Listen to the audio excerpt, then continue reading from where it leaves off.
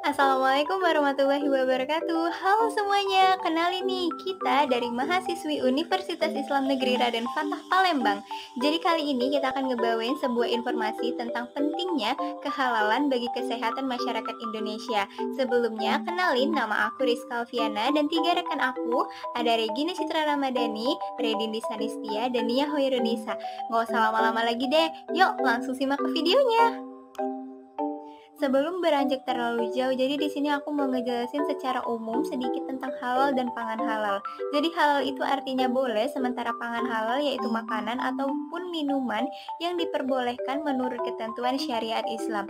Ternyata kehalalan suatu produk itu tidak hanya dilihat dari segi bahan dan komposisinya saja, namun kehalalan suatu produk juga dilihat dari alat yang digunakan untuk memproduksinya, kemudian lokasi untuk memproduksinya, serta sampai ke pengemasan ke konsumen pun semuanya harus mendapatkan sertifikasi halal.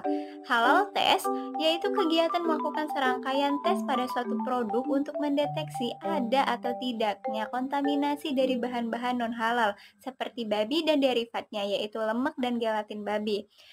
Nah, tidak hanya itu, halal test juga berfungsi untuk mengetahui adakah kandungan bahan kimia lainnya yang bersifat non halal, contohnya alkohol. Nah, di sini terdapat prosedur untuk mendapatkan sertifikasi halal. Wow, ternyata tidak semudah yang kita bayangkan ya untuk mendapatkan sebuah sertifikasi halal dari BPJPH MUI. Nah, prosedur sertifikasi halal dari MUI ini sudah termasuk dalam Undang-Undang Nomor 33 Tahun 2014 tentang Jaminan Produk Halal, di mana pada undang-undang tersebut mengatakan bahwa setiap produk yang masuk, beredar, dan diperdagangkan di wilayah Indonesia wajib bersertifikat halal kecuali produk haram.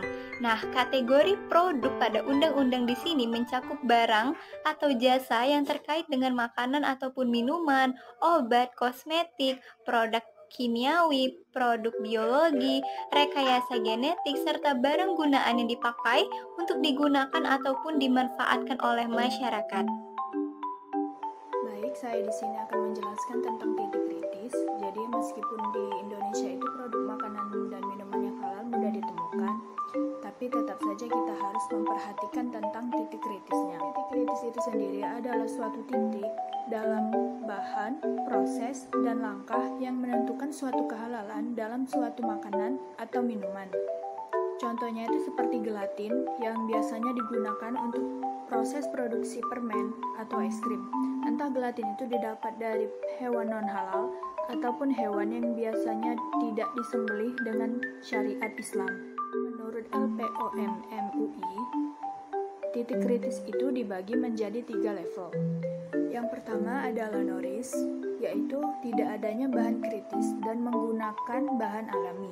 Contohnya seperti garam, gula, madu, dan tepung. Kemudian yang kedua itu adalah RIS, yaitu menggunakan bahan kritis seperti biskuit ataupun air mineral kemasan. Lalu yang ketiga itu very high risk, yaitu produk yang melibatkan bahan yang sulit ditelusuri kehalalannya, yaitu seperti gelatin ataupun kolagen.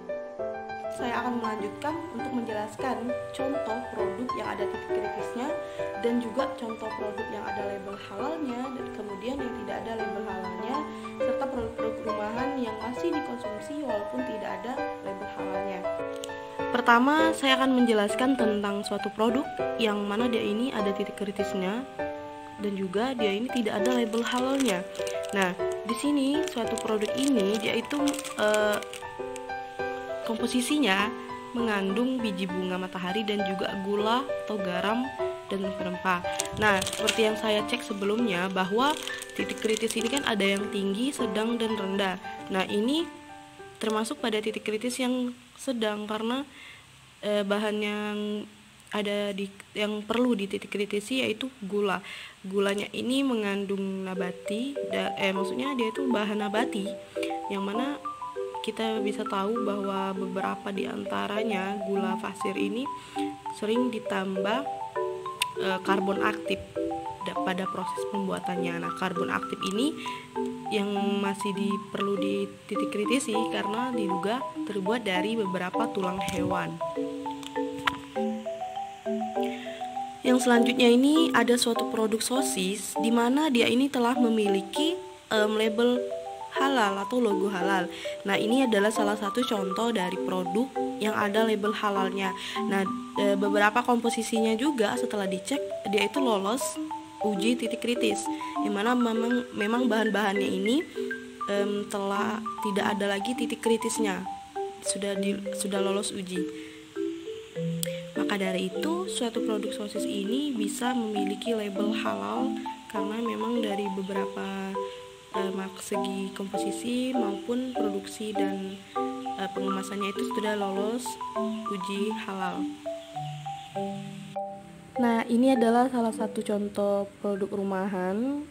Ini disebutnya pepes ketan, di mana produk ini tidak ada label halal, tapi dia tetap dikonsumsi. Kenapa? Ya karena memang dari segi pengemasan dan juga produksinya itu bersih dan terhindar dari bahan-bahan yang tidak halal.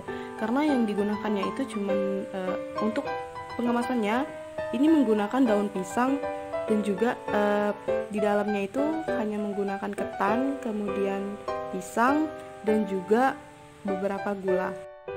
Baik, di sini saya menjelaskan tentang ajakan ke masyarakat agar untuk memilih produk-produk halal di Indonesia.